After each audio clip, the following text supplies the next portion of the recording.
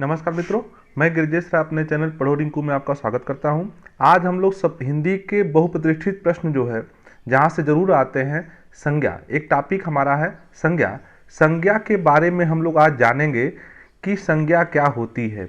ये हिंदी में सबसे अधिक बार पूछा गया प्रश्न है। बहुत से लोग हमेशा कंफ्यूज रहते हैं कि संज्ञा क्या है, संज्ञा क्या होती है, संज्ञा कितने प्रकार की होती है। ये अक्सर हम लोग जानना चाहते हैं, पूछना चाहते हैं। और बहुत से लोग ये कंफ्यूज जाते हैं, कौन सी व्यक्तिवाचक संज्ञा है, जातिवाचक है, कौन सा भाव है, किसमें समूह है। तो इन सारी चीज़ों को हम लोग जानेंगे जहाँ से प्रश्न निश्चय ही आते हैं, चाहे टीजीटी हो, चाहे पीजीटी हो, चाहे शिक्षक पात्रता परीक्षा हो, चाहे जूनियर हो, चाहे लेखपाल हो, या किसी भी परीक्षा में ये प्रश्न आते ही आते हैं।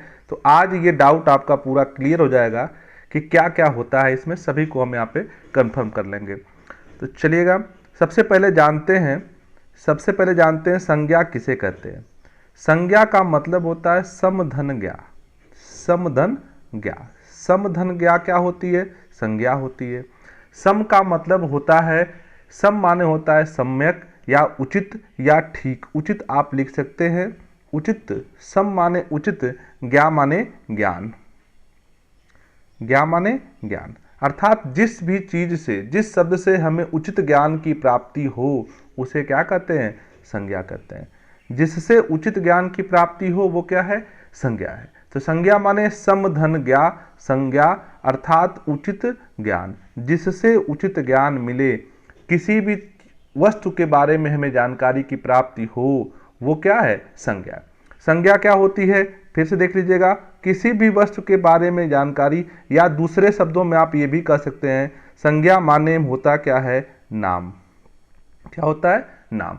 किसी भी व्यक्ति के, वस्तु के, हमने शुरू से पढ़ा है, किसी भी व्यक्ति के, वस्तु के नाम को ही क्या कहते हैं? संज्ञा कहते हैं। चाहे व्यक्ति हो, वस्तु हो, चाहे स्थान हो, तो व्यक्ति, वस्तु, स्थान के नाम को क्या कहते हैं? संज्ञा कहते हैं। तो एक सरल भाषा में समझिएगा, ट्रिक के माध्यम से समझिएगा, जहां भी नाम आ जाए वह क्या है? संज्ञा है। किसी भी चीज का नाम आ जाए वो क्या है? संज्ञा है। तो चलिए आगे बढ़ते हैं संज्ञा से। अब हम जानेंगे संज्ञा के प्रकार। संज्ञा के प्रकार, कितने प्रकार की संज्ञा होती है? संज्ञा के प्रकार, संज्ञा मुख्य रूप से 3 प्रकार की होती है। मुख्य रूप से 3 प्रकार की होती है। कौन कौन सी होती है? जातिवाचक, व्यक्तिवाचक और भाववाचक। 3 प्रकार की संज्ञाएं होती हैं। 3 प्रकार की मुख्य रूप से संज्ञाएं होती हैं। कौन कौन सी? जाति, व्यक्ति और भाव, या व्यक्ति, जाति और भाव, जो भी आप कहना चाहें। ये दो जो हैं, समूहवाचक संज्ञा और परिणामवाचक या द्रव्यवाचक या पदार्थवाचक, ये संज्ञा जो है जातिवाचक के अंतर्गत ही आ जाता है। ये कहाँ जाता है? जातिवाचक के अंतर्गत ही आ जाता है। तो चलिएगा विस्तृत रूप से समझते हैं क्या क्या कर सकते हैं हम लोग। तो आइए आगे बढ़ते हैं। सबसे पहले हम समझेंगे जातिवाचक संज्ञा क्या है। पढ़ते चलेंगे ध्यान से। जातिवाचक संज्ञा आज हम इसको पढ़ लेंगे, अगली वीडियो में इसमें से संबंधित प्रश्न पूछे जाएंगे और आप देख पाएंगे कितना आपने पढ़ा है। प्रैक्टिस सेट कल के डेट में। आज देखिएगा, जो संज्ञा शब्द अपने पूरे वर्ग अर्थात होल क्लास का बोध कराते हैं, जातिवाचक संज्ञा कहे जाते। होल क्लास से तात्पर्य यहां पर यह है कि जो एक अपनी पूरी जाति का बोध करा देता है, जाति का क्या करता है? बोध करा देता है, वो जातिवाचक होता है। समझिएगा, सबसे पहले उदाहरण जैसे देखिएगा, लड़का। लड़का क्या है? जब आप लड़का कहते हैं तो संसार के सभी लड़के उसमें शामिल हो जाते हैं। अर्थात ये क्या हो गई? एक जाति विशेष हो गई। एक जाति विशेष हो गई जिसमें संसार के सभी लड़के उसमें शामिल हो जाते हैं। मैंने क्या कहा? होल क्लास, अर्थात जब पूरे संसार में जितनी भी चीजें हैं उन सबका जब वो बोध कराता है तो वो क्या है? वो कहलाता है हमारा जातिवाचक संज्ञा। उसी तरह से देखिएगा, अगला है लड़की। लड़की क्या करती है? पूरी लड़की जाति का बोध कराती है, चाहे रीमा हो, सीता हो, गीता हो, जो भी हो, सभी प्रकार की लड़कियों का बोध कौन कराता है? लड़की कराती है। उसी प्रकार से नदी। सभी नदियों की, चाहे भारत की हो, पाकिस्तान की हो, चाहे गंगा, यमुना, सरस्वती, जो भी नदी हो, उन सभी नदी का बोध कौन कराता है? नदी से हमको हो जाता है। इसी तरह से पर्वत, पर्वत भी सभी प्रकार के पर्वतों का बोध कराता है। उसी प्रकार से शहर, चाहे मेट्रो सिटी हो, चाहे छोटे शहर हो, चाहे भारत का हो या दुनिया के किसी भी देश का शहर हो, शहर का बोध कौन कराता है? तो शहर कराता है। तो इस प्रकार से हम ये कह सकते हैं कि ये सभी जो हैं क्या कहलाते हैं? जातिवाचक संज्ञाएं हैं। कौन? लड़का, लड़की, नदी, पर्वत और शहर। अब आप सोचेंगे कैसे हम इनको पहचाने? तो पहचानने के कुछ नियम हैं, उन नियम से हम सरल तरीके से आगे बढ़ते हैं और आप एकदम स्पष्ट तरीके से इसको समझ जाएंगे। क्या कर सकते हैं हम लोग?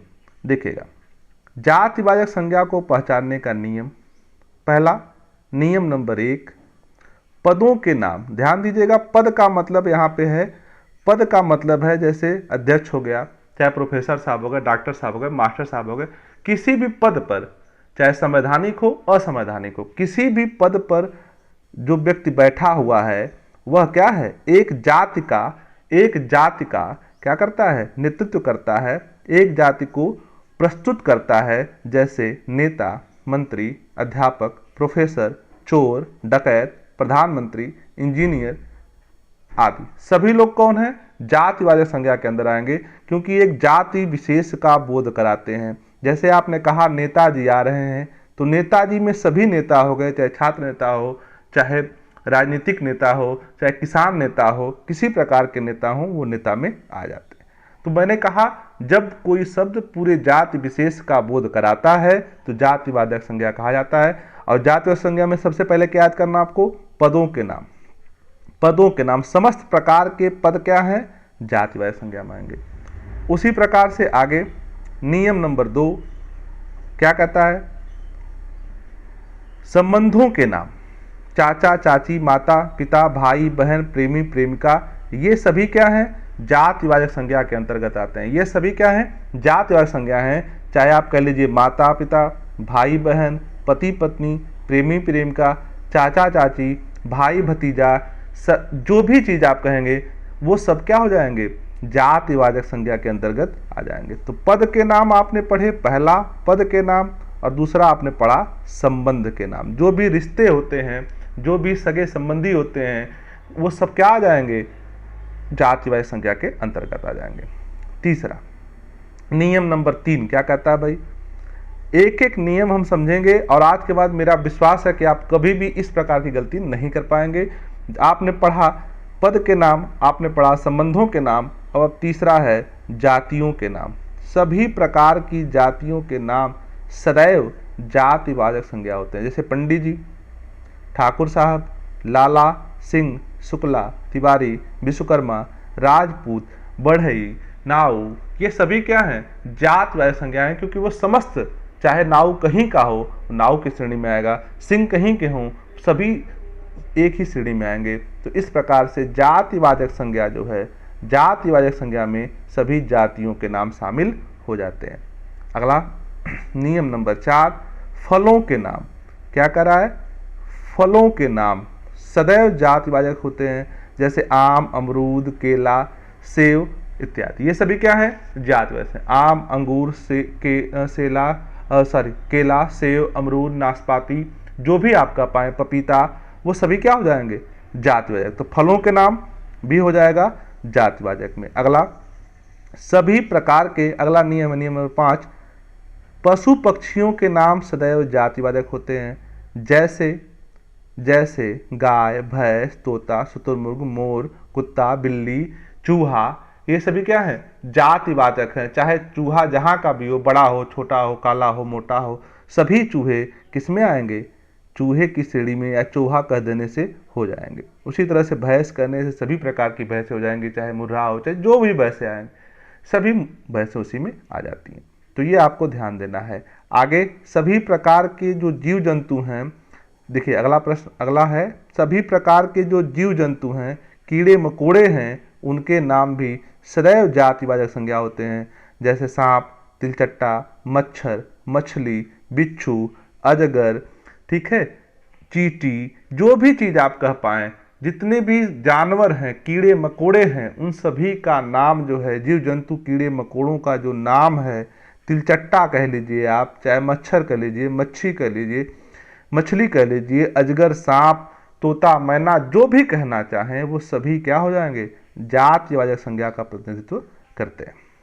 अगला, सब्जी तथा सब्जियों के नाम जातिवाचक होते हैं। क्या होता है, आलू, मटर, प्याज, टमाटर, ठीक है, गोभी, बैगन, जो भी चीज़ आप कहें वे सभी जातिवाचक संज्ञा की श्रेणी में आ जाएगा। तो एक बार रिवीजन हम लोग कर लेंगे जल्दी से, क्या क्या होता है, सब्जियों के नाम, जीव जंतुओं के नाम, पशु पक्षियों के नाम, फलों के नाम, जातियों के नाम, संबंधों के नाम और पदों के नाम। तो पद, संबंध, जाति, फल, पशु पक्षी, जीव जंतु, सब्जियों के नाम जो है जातिवाचक संज्ञा की श्रेणी में आते हैं। तो जातिवाचक संज्ञा माने वह संज्ञा, वह शब्द जो अपनी पूरी जाति का, चाहे वो किसी भी भारत के या दुनिया की किसी भी जगह का हो, उसका बोध कराता है, तो वह जातिवाचक संज्ञा की श्रेणी में आएगा। चलिए दूसरा, व्यक्तिवाचक संज्ञा। व्यक्ति से स्पष्ट है, व्यक्ति एक होता है, तो याद रखिएगा किसी व्यक्ति, वस्तु, स्थान, दशा, स्थिति आदि को व्यक्तिवाचक किसी विशेष नाम से जानना ही व्यक्तिवाचक संज्ञा है। मतलब किसी भी वस्तु, स्थान, दशा और स्थिति को किसी पर्टिकुलर नाम से जानना ही, किसी एक निश्चित नाम से जानना ही व्यक्तिवाचक संज्ञा कही जाती है। जातिवाचक संज्ञा को जब विशेष नाम दे दिया जाता है तो वह व्यक्तिवाचक संज्ञा बन जाता है। माने किसी भी जातिवाचक को, जैसे लड़का कह दिया आपने तो जातिवाचक हो गया, लेकिन लड़के को जब आप एक निश्चित नाम दे देंगे, विशेष नाम दे देंगे, लड़के को आप विशेष नाम दे देंगे, लड़का क्या हो गया, अगर राम हो गया तो वो क्या हो जाएगा, व्यक्तिवाचक संज्ञा हो जाएगा। आगे देखिएगा स्पष्ट तरीके से हम इसको और जानते हैं। जैसे देखिएगा यहाँ पे चार्ट बनाया है, चार्ट में सारी चीजें स्पष्ट हो जाएंगी। एक तरफ दिया हुआ है जातिवाचक संज्ञा और एक तरफ दिया है व्यक्तिवाचक संज्ञा। जैसे अभी हमने बताया आपको लड़का, हम लड़का कहते हैं, जब हम लड़का कहेंगे तो क्या हो जाएगा, ये जातिवाचक है। लेकिन जब राम, मोहन, श्याम, गणेश, सुरेश, दिनेश कुछ ऐसा कहेंगे तो ये क्या हो जाएगा, व्यक्तिवाचक हो जाएगा। उसी प्रकार हमने लड़की जाना, जातिवाचक है क्योंकि लड़की समस्त संसार की लड़कियों को कहा जाएगा, लेकिन जब कोई नाम दे देंगे, सीता, गीता, राधा, रुक्मणी, जो भी, तो वो क्या हो जाएगा, व्यक्तिवाचक हो जाएगा।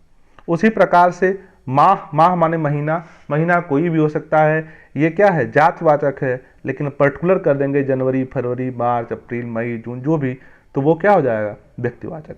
उसी प्रकार से जब आप स्कूटर कहते हैं तो ये क्या है, जातिवाचक है, लेकिन जब आप बजाज कह देते हैं, स्कूटर कह देते हैं, तो ये क्या है, व्यक्तिवाचक है। उसी प्रकार से शहर कह देंगे तो शहर कोई भी, मैंने बताया संसार के सारे शहरों की श्रेणी में आते हैं, लेकिन आप जब प्रयागराज कह देंगे, दिल्ली कह देंगे, नदी, उसी प्रकार से जब आप नदी कहते हैं तो संसार की सभी नदियां हैं, लेकिन आप नदियों का नाम ले लेंगे तो ये क्या है, व्यक्तिवाचक है। तो नदी जाति, गंगा क्या है, व्यक्ति। पर्वत जाति, हिमालय, अल्पास, विंध्याचल या किसी और पर्वत का नाम ले लेंगे आप, राकीज पर्वतमाला, एंडीज पर्वतमाला, तो ये क्या हो जाएंगी, व्यक्तिवाचक की हो जाएंगे।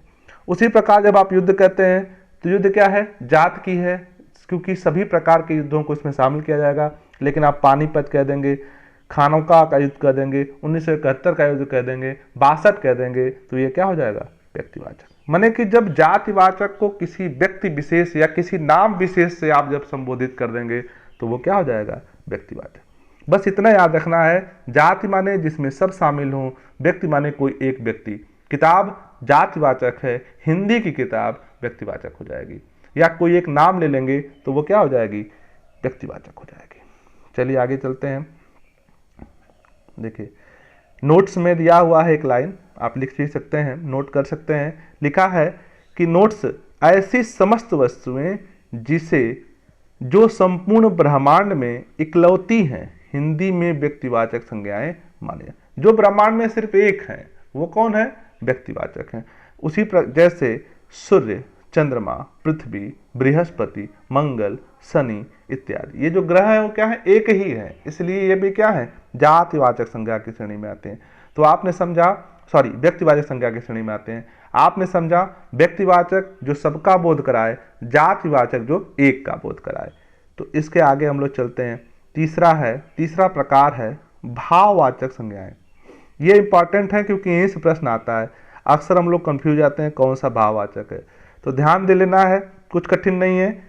किसी व्यक्ति, वस्तु, स्थान, भाव, गुण, स्थिति की विशेषता प्रकट करते हैं, इनका बहुवचन नहीं बनता। ये नोटेड पॉइंट है कि भाववाचक संज्ञाओं का बहुवचन नहीं बनता, ये ध्यान दीजिएगा। जैसे आपने लड़कों कह दिया तो ये क्या है, जहां पे बहुवचन आएगा। बिल्लियां कह दिया तो ये पक्का है, कंफर्म है कि ये भाववाचक तो नहीं है।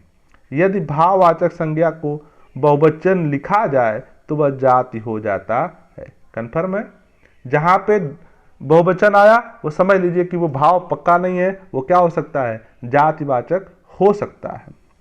अगला दूसरा नियम इसमें है, प्रायः किसी शब्द के अंत में क्या आता है, ता, त्व, पन, आवत। ये याद कर लेना, यही आएगा।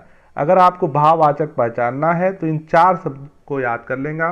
क्या है भाई, ता, त्व, पन, आवत, ता, त्व, पन, आवत, ता, त्व, पन, आवत, ता, त्व, पन, आवत। अगर आपने 4 याद कर लिया तो सभी प्रकार की भाववाचक संज्ञाएं आपको याद हो जाएंगी। ता, त्व, पन, आवत, ता, त्व, पन, आवत। प्रत्यय जुड़कर, प्रत्यय कहाँ लगता है, पीछे लगते हैं, भाववाचक संज्ञाएं बनती है। मैंने अंत में, किसी भी शब्द के अंत में अगर ता, त्व, पन, आवत आ रहा है तो आप समझिए कि भाववाचक संज्ञा हो सकती है। जैसे ममत्व, अपनापन, ठीक है, ममता, इस प्रकार के शब्द इसमें हो सकते हैं। चलिए आगे, तीसरा नियम क्या कह रहा है, भाववाचक संज्ञाएं जातिवाचक संज्ञा, विशेषण, क्रिया, अव्यय तथा सर्वनामों के प्रयोग से बनाई जाती है। जाहिर सी बात है, जातिवाचक संज्ञा को या किसी विशेषण को या किसी क्रिया विशेषण या किसी क्रिया विशेषण या क्रिया अवयव या सर्वनाम, इन्हीं को बनाकर भाववाचक संज्ञाओं का निर्माण किया जाता है। तो ये हो गया नियम। आपने नियम क्या जाना, आपने मुख्य रूप से नियम क्या जाना, आपने एक चीज जाना कि भाववाचक संज्ञाएं बहुवचन नहीं होती। एक चीज आपने जाना कि बहुवचन में होगा तो वह जातिवाचक हो जाएगा। एक चीज आपने जाना कि इसके अंत में ता, त्व, पन, आवत, ता, त्व, पन, आवत आएगा। और ये संज्ञाएं किससे बनाई जाती हैं, जातिवाचक से, संज्ञा से, विशेषण से या क्रिया विशेषण से बनाई जाती है। चलिए आगे बढ़ते हैं, अगले प्रश्न की तरफ चलते हैं। ये देखिए एक चार्ट है 1 मिनट का, आप देख सकते हैं। ये आपको काफ़ी सहायता प्रदान करेगा कि किससे क्या बनाया जाता है। जल्दी जल्दी इसको देख लेंगे हम लोग। जातिवाचक से भाववाचक कैसे बनाया जाता है, कैसे बनाया जाता है, भाई से भाईचारा, स्त्री से स्त्रीत्व, देखिएगा क्या आ रहा है लास्ट में, ठीक है, नारी से नारीत्व, दानव से दानवता, देखिए अता आ रहा है, तो आ रहा है, तो आ रहा है, दनुज से दनुजता, देखिए लास्ट में ता रहा है, अध्यापक से अध्यापन, पन, ता, त्व बताया गया था आपको, आवत, बच्चा से बचपन, पन भी बताया गया था, ये लास्ट में आएगा, लड़का से लड़कपन, लड़का से लड़कपन, मित्र से मित्रता। तो आपने देखा कि जो हमने बताया था ता, त्व, पन, आवत, ये चीजें इसमें लास्ट में आए नहीं हैं। ये क्या है, भाववाचक संज्ञा है। आगे बढ़ते हैं, विशेषण से भाववाचक संज्ञा बनाना, इसको भी देख लीजिए। विशेषण ये है, विशेषण आपको पता होगा जो विशेषता बताता है, भाववाचक संज्ञा देख लीजिएगा। फिर देखिए शब्द वही आएगा, बूढ़ा बुढ़ापा, मीठा मिठास, खट्टा खटाई, चालाक चालाकी, चतुर चतुराई, गरीब से गरीबी, गरीब से गरीबी और अमीर से अमीरी। ये शब्द हैं जिनको आप पढ़ के याद करके आप परीक्षाओं में ध्यान दे सकते हैं। अक्सर पूछता है बुढ़ापा अक्सर पूछता है बुढ़ापा कौन सी संज्ञा है, या मिठास कौन सी संज्ञा है, या खटाई या चालाकी या चतुराई, गरीबी अमीरी पूछ सकता है कौन सी संज्ञा आती है। तो शब्द देखते रहिए, याद करते रहिए, एक वीडियो में आपका पूरा चीजें क्लियर हो जाएंगी। अगला प्रश्न कह रहा है, क्रिया से भाववाचक संज्ञा बनाना। क्रिया जो कार्य करने में प्रयुक्त होती है, जैसे जीतना से भाव क्या बनेगा, जीत, हारना से क्या बनेगा, हार। उसी प्रकार से सिलना से क्या बनेगा, सिलाई, कूदना से कूद, घेरना से घेरा, पढ़ना से पढ़ाई, लिखना से लिखावट, तैरना, दौड़ना से दौड़, लूटना से लूट, चलना से चाल और जीना से जीवन। ठहरना से, ये इंपॉर्टेंट है इसलिए मैं बता दे रहा हूं आपको, ये इंपॉर्टेंट चीजें हैं। ठहरना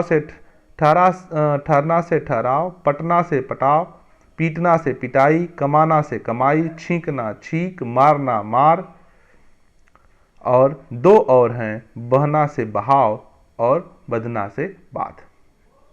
ये चीजें थी। और उसके बाद आखिरी होगा ये, क्या क्या हमको जानना है देख लीजिएगा। क्रिया विशेषण से किस प्रकार से भाववाचक संज्ञाएं बनाई जाती हैं, क्रिया की विशेषता बताने वाला क्रिया विशेषण। ये प्रश्न कई बार पूछे गए हैं। मंद से मंदी, दूर से दूरी, शीघ्र से शीघ्रता, तीव्र से तीव्रता, तेज से तेजी। आप याद रखिएगा, त्वपन, आवत, ये सब चीजें इसमें आएंगी। किसमें? भाववाचक संज्ञाओं में। ये प्रश्न देता है कि मंद का भाववाचक क्या होगा, दूर का भाववाचक क्या होगा, शीघ्र का क्या होगा, तीव्र का क्या होगा। 4 ऑप्शन देंगे, पहचानना होता है। तो आगे बढ़िएगा। एक इसमें नोट ये भी है कि हरियाली में भाववाचक संज्ञा होता है। ये भी कई बार पूछा गया, अलग से लिखा दिया हमने। हरियाली में भाववाचक संज्ञा होता है। आगे, अव्यय से भाववाचक संज्ञाओं को बनाना। अव्यय आप जानते हैं वो व्याकरणीय नियम, जो वे व्याकरणीय नियम से बने हुए शब्द जो परिवर्तित नहीं होते। किसके आधार पर? लिंग के आधार पर, वचन के आधार पे, जिनमें कोई परिवर्तन न हो, वो अव्यय है। जैसे समीप से भाववाचक क्या बनेगा? समीपता बनेगा। परस्पर से पारस्पर्य बनेगा, निकट से निकट बनेगा, वाह वाह से वाहवाही बनेगा, धिक से धिक्कार बनेगा। तो इस प्रकार से किससे क्या बनेगा या अव्यय से भाववाचक संज्ञाएं कैसे बनेंगी वो हम लोग जान रहे हैं। अगला, सर्वनाम से भाववाचक संज्ञा बनाना। कैसे बनेगा सर्वनाम से? सर्वनाम सबका नाम, संज्ञा के स्थान पे जिन शब्दों का प्रयोग करते हैं उन्हें सर्वनाम करते हैं। सर्व माने सर्वस्त्र, अहम का अहंकार, मम का ममता, स्व का स्वत्व, निज का निजता, आप का आपा। तो ये हो गया सर्वनाम से भाववाचक संज्ञाएं। किसी भी प्रकार से कोई भी प्रश्न संज्ञा से छूटना नहीं चाहिए, इसलिए ध्यान पूर्वक देखते रहिए। मैंने आपको कहा था 3 मुख्य संज्ञाएं होती हैं, तीनों हमने देख लिया। तीनों से किस प्रकार से आपने ये भी बता दिया हमने कि भाववाचक संज्ञाओं का निर्माण कैसे होता है, संज्ञा से, सर्वनाम से, अव्यय से। सब चीजें क्या क्या शब्द बनाए जाते हैं वो सब हो गया। अब हम लोग जानेंगे समूहवाचक शब्द। समूहवाचक संज्ञा मैंने आपको बताया कि ये जातिवाचक के अंतर्गत ही आता है। किसके अंतर्गत आता है? जातिवाचक के अंतर्गत ही आता है। ठीक है। 5 प्रकार की संज्ञाएं अगर पूछेगा कितने प्रकार संज्ञाएं होती है तो मुख्य रूप से 3 प्रकार की होती हैं और उस तरह 5 प्रकार की होती हैं। दोनों ऑप्शन यहाँ पे आ सकते हैं। तो देखिएगा, किसी उद्देश्य के लिए व्यक्तियों अथवा वस्तुओं का जो समूह समुदाय अथवा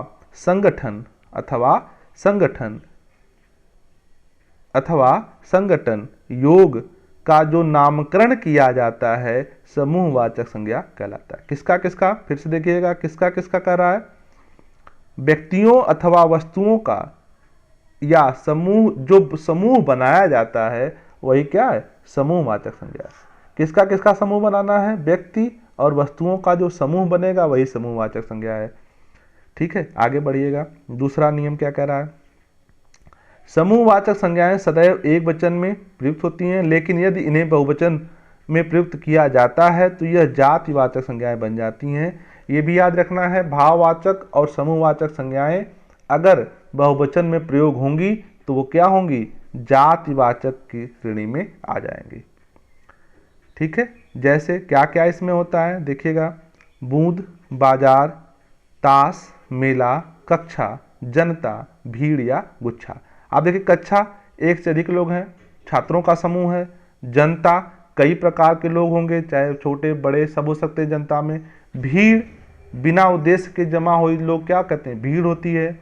ठीक है, मेला में भी अनेक प्रकार का जो एक समूह बनता है वही क्या है? जातिवाचक संज्ञा के अंतर्गत समूहवाचक की श्रेणी में रखा जाता है। आगे बढ़िएगा। इसी के अंतर्गत और भी चीजें हैं, जैसे चौक, सेना, आर्मी, फौज, संगठन, ज्यूरी, ज्यूरी क्या होती है? जजों का, कई जजों का जो समूह होता है, बनाया जाता है, उसे ज्यूरी कहा जाता है। समाज, ये सभी चीजें क्या है? समूहवाचक संज्ञा की श्रेणी में आती हैं। समूहवाचक श्रेणी मतलब जब किसी निश्चित उद्देश्य वाले लोगों का संगठन बनाया जाता है तो जो संगठन बनता है वही क्या है? समूहवाचक संज्ञा कहा जाता है। और आखिरी परिणामवाचक संज्ञा, इस परिणामवाचक को हम लोग द्रव्यवाचक संज्ञा के नाम से भी जानते। क्या जानते हैं हम लोग?